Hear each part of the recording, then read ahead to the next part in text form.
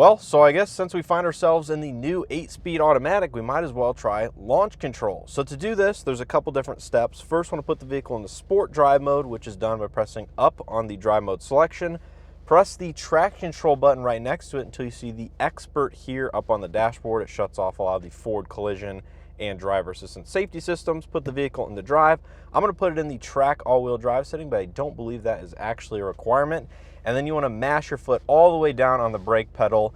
Hold both of the paddle shifters towards you and go ahead full throttle, and it should go up as launch ready here up on the dashboard. And you have about a couple seconds to go ahead and actually perform the function. So here we go. Let go. Oh! 60. Oh, that is pretty darn cool. I've got to admit, it doesn't necessarily take off the line as, firmly or as aggressively as one might think, maybe with a dual clutch, but it's pretty darn close. And that should net you a 0 to 60 time of under 5 seconds. So hey everyone, welcome back to another video here on the channel. Today you find me in the 2025 GR Corolla Premium Plus with the new 8-speed direct shift automatic transmission. So as usual, we're going to start out this video with an acceleration test. I have it in track sport mode here in the manual shift setting, which I believe is the key to get the most responsiveness out of the transmission itself.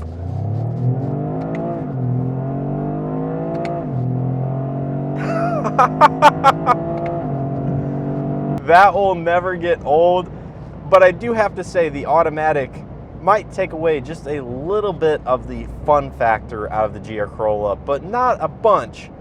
But the vehicle doesn't seem necessarily as rowdy. So for 2025, there were a host of changes to the GR Corolla lineup, both trims, packaging, the new transmission, 8-speed automatic, in addition to the available 6-speed manual as standard. And under the hood, you're going to find the same 1.6-liter turbocharged 3-cylinder, putting out 300 horsepower and now 295 pound-feet of torque, which is an increase of just over 20 pound-feet of torque over the standard iterations for the previous model years, except if you got the Maurizio edition that did also come with the 295 from the factory, but Toyota has since made that standard across the board. Now, some of those other changes include this Premium Plus trim level, which we're currently driving in, which kind of replaces the Circuit or some of the other special editions or past editions of the vehicle, combining all the features here on the interior with a lot of the cosmetic bits, including the vented bulge hood. We have the carbon fiber roof, matte 18-inch alloy wheels on this one, with, of course, the red brake calipers behind them, and all of the creature comforts, including a heads-up display here in front of the driver from those more fully equipped models in the past. Now, some of the other mechanical changes for 2025 include a new optional or standard on this trim level radiator for an additional cooling in regards to the 8-speed automatic transmission. That is going to be available on the premium trim level and higher. So if you're looking for doing any sort of track, autocross, or performance driving, you probably do want to option that additional enhanced cooling, which meant it got a slightly revised front bumper. Not that you can tell the difference upon first glance, but it is going to be a little bit redesigned for additional airflow and cooling capabilities. Toyota also went through the vehicle and tweaked the suspension, some of the mounting locations of items for a little bit of additional chassis balance. They also tweaked the damper and coil spring suspension side of things for a little bit more refined ride quality. And I have to say, after spending about 6 days behind the wheel of this vehicle, it is still going to be quite a firm ride, but it might be slightly more compliant than I remember in the 2023 core model that I tested about a year and a half ago here on the channel. But first up, I wanted to touch on the visibility as usual behind the wheel, and just like that of the 2023 core I tested, it's going to be very good, similar to that of a standard Corolla hatchback. So the hood slopes down quite nicely in front of you, and depending on where you have the seat position set, you can ever so slightly see those vented bulged hood in front of you.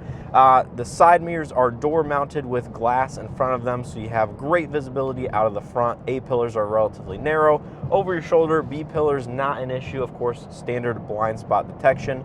And then out back you have traditional hatch viewpoint with the relatively large hatch glass. Visibility inside of the compact hatchback Corolla is very good, and similar to that of my personal vehicle, in fact, as I do own a kind of a warm hatch, if you will, a 2019 Elantra GT N-Line. So from a driver's viewpoint perspective, I love this segment of vehicles. Now, touching on that ride quality a little bit further, this vehicle is riding on those 18-inch alloy wheels with 235/40 18-inch Michelin Pilot Sport 4 summer tires. Unfortunately, it's not the 4S's, which are a little bit more track capable, but the 4s are great for daily driving and do provide a lot of grip, especially with the warmer weather that I've been blessed to have this vehicle in. So taking some of the off ramps, on ramps, or just corners has been an absolute blast in this vehicle. And I think those changes really did help for 2025. But ride quality as a whole is stiff, very firm, and I would go venture on to say it is harsh at times, depending on the types of bumps, potholes, or imperfections in the road that you are actually driving over. Now, we are coming up here to my bumpy section road I like to test all my vehicles in, but daily driver comfort is pretty good as long as you're an enthusiast. Obviously, you probably are if you're looking to purchase one of these vehicles over that of the standard Corolla hatchback. But even for myself and someone who drives a pretty stiff vehicle on a daily basis, my personal vehicle, this one is probably at the limit of what I would find tolerable and comfortable for a daily driver vehicle that, you know, living here in the Midwest, we don't have the best roads due to the climate. The warm seasons, the cold seasons, it just tears up and beats up the roads no matter what surfaces they construct them out of. But going over here, this section of road, you can see the cameras are moving around. I'm moving around a little bit. There's potholes. It's bumpy. Some of these are a little bit worse than others. And yeah, it's stiff, but I think the car handles it well. This one is optioned with the chassis brace in the trunk of the vehicle, which no doubt stiffens it up just a little bit further. And I think one aspect that helps the ride quality or just comfort behind the wheel is going to be these seats. Now, comparing it to the base core trim or you know, some of the other higher trims in the past model years, these are the Alcantara and leatherette suede seats, which are a noticeable upgrade from that of the base cloth that is still going to be found on the core. Now, the reason I say that is the shape, the cushioning, and a lot of that is going to be very similar to that of the base seat, but just the materials themselves give this seat just that much more comfort. Not to mention the Alcantara holds you in very well around corners, being a more grippy material. If you're spending the money on this vehicle, I think this seat combination and material is going to be the one you want. But of course, you still can get the base car with the just basic cloth seats if you don't necessarily like these seats, don't want to spend the money for a premium or higher trim level. Those are going to still be found in this vehicle, but I think these are actually a quite reasonably comfortable seat. There's 6-way adjustment here on the driver's side, 4-way adjustment on the passenger side. Unfortunately, no lumbar, nothing like that.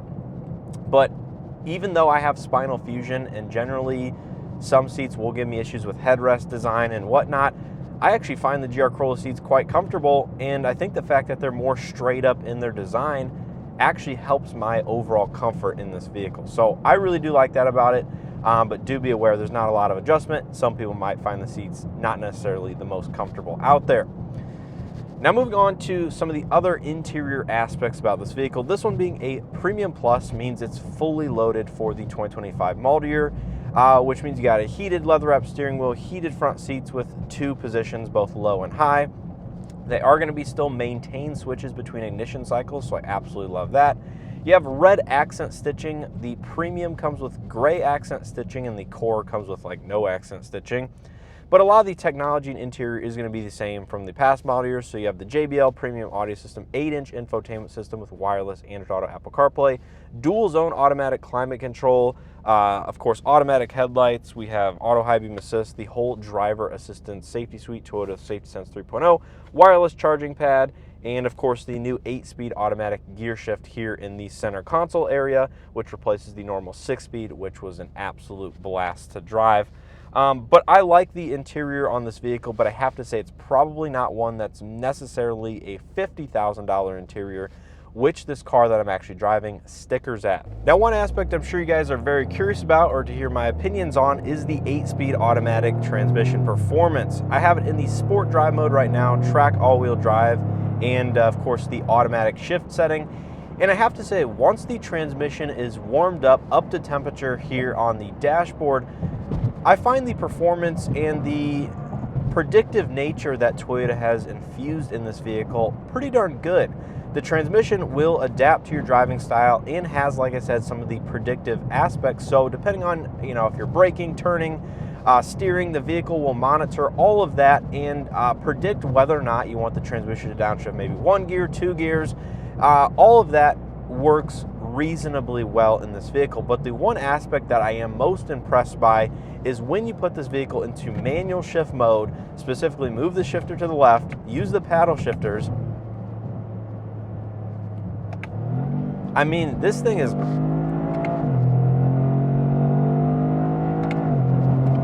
is quick to shift, I have to say. It is actually very enjoyable, and it's not that far off from a dual clutch transmission in its responsive nature. Now here we are getting onto the interstate here. We'll go ahead and hustle around this corner.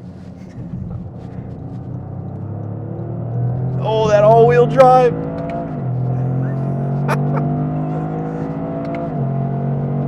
Oh, and you can feel that back end coming around a little bit.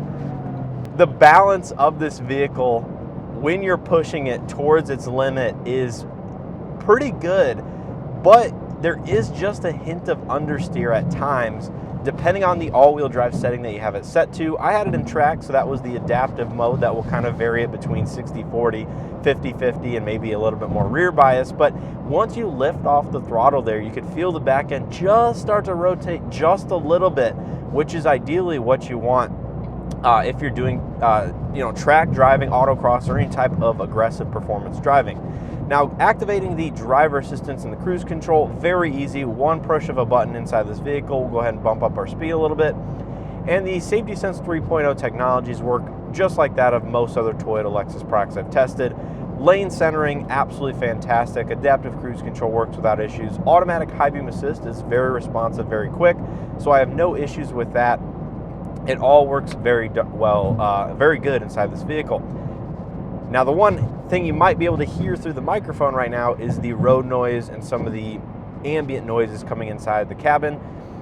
And I have to say, this is a vehicle that I probably would not want to road trip regularly if I were to own this and have it as my daily driver. Not because it's necessarily that uncomfortable from the suspension side of things, but it is fairly loud inside the cabin. I don't think that's ultimately what people are going to be doing with this vehicle, but just do keep that in mind.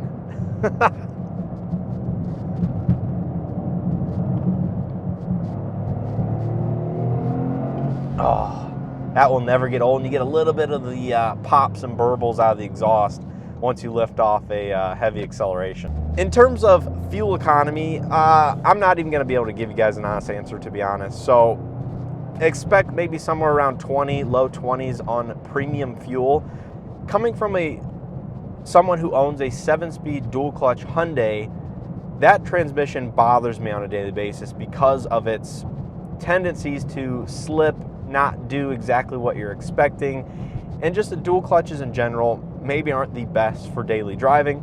And this vehicle having a direct shift, more torque converted automatic traditional transmission, I think is the best of both worlds, especially due to the fact that Toyota says they tune this transmission under the sport drive mode, which means it should be a very responsive, very engaging transmission. And I have to say, using the manual shift mode, moving the shifter to the side, I mean, that is the most responsive that you can probably get a transmission realistically, and it works well. It's very fun to drive. It's just, at the end of the day, it's an automatic. And coming from that GR Corolla Core Edition with the 6-speed manual that I tested about 1.5 years ago, unfortunately, this vehicle does not provide the exact same amount of engagement, fun to drive, just enjoyment that I got from the 6-speed. Now, is it still incredibly fun, incredibly special? Yes, this vehicle is still all of that. It's something that you should go out and buy if you are able to or want to experience this vehicle for yourself, because these vehicles probably aren't going to be around forever. But unfortunately, if you're looking for the true enthusiast option, the 6-speed automatic with the standard all-wheel drive is going to be the one that I would probably recommend. But I totally understand Toyota opening this vehicle up, offering an automatic for those that either can't drive manual, can no longer drive, manual due to a medical or health condition, or maybe like myself, don't want the manual on a daily basis for whatever reason. When I was buying my 2019 Elantra GT N line, I literally had the option to go with a manual or the dual clutch. Given I already owned another manual vehicle, I did not want to own 2 manual transmission vehicles because unfortunately, I just don't want to deal with that all the time. So that's where the automatic transmission really comes in clutch, if you will. No pun intended. Anyways, coming to, I guess, my final thoughts and which one I would purchase out of the GR Corolla lineup. Of course, this vehicle competes with the likes of the Elantra N, the Civic Type R, and even some regards, I think you're going to get cross shoppers with the Subaru WRX, maybe the new TS edition, and the German, offerings such as the Golf GTI or the Golf R, which, as we know, no longer are offering a 6-speed manual as of the 2025 model year, if I'm not mistaken. So this vehicle having both transmission options is basically the only other one in the segment is going to be the WRX as well as the Elantra N, and I would say the Elantra N is a little bit more of a true competitor, although the WRX, of course, is going to be all-wheel drive as standard also. But this vehicle that I'm testing is just over $50,000 for the fully loaded Premium Plus with the optional strut brace and a couple of additional accessories. Now, an Elantra N with the 6-speed manual starts at around the $34,500 mark, and the dual clutch running about $36,500, give or take about $500, depending on how the vehicle's optioned. But this vehicle, saying it's $13,000 to $14,000 more than Elantra N is a tough pill to swallow, I have to admit. Now, as we know, the Elantra N's only front-wheel drive. That in and of itself has some limitations, but that is still an extremely fun vehicle, one of the best sounding vehicles in terms of a turbocharged 4-cylinder that you can get from the factory. And that's why I think the sweet spot in the GR Corolla lineup, whether you get the automatic or the manual, is going to be the standard premium trim level. I wish it had a center armrest, specifically with the automatic vehicles. I know why the manual does it, but why doesn't this automatic vehicle have a center armrest? Find myself grabbing the e-brake here and just kind of resting your arm here or in your lap. So let me know what you guys think down in the comment section below. Do you agree, disagree, want to add anything? Are you a GR Corolla owner over the last couple years? Let me know all of that down in the comment section below. Curious to hear your ownership, opinion, and perspective. I want to give a huge thanks to Toyota for sending this vehicle out for me to test and review. I'm actually one of the earlier ones to get this vehicle, as it just has over 1,000 miles as of me making this video for you guys. And it's always an experience to get behind the wheel of the GR Corolla. And despite the 8-speed automatic not maybe being the choice for some out there, it opens it up for others to enjoy this vehicle, this platform, and what it has to offer. So I think that's where I'm going to leave it. Let me know what you guys think down in the comment section below. If you guys enjoyed and or found this video helpful, hit that like button below. Subscribe if you haven't already. Check out videos I did on the 2023 GR Corolla if you guys are curious about that. And with all that being said, I appreciate continued support and hope to see you guys in the next one.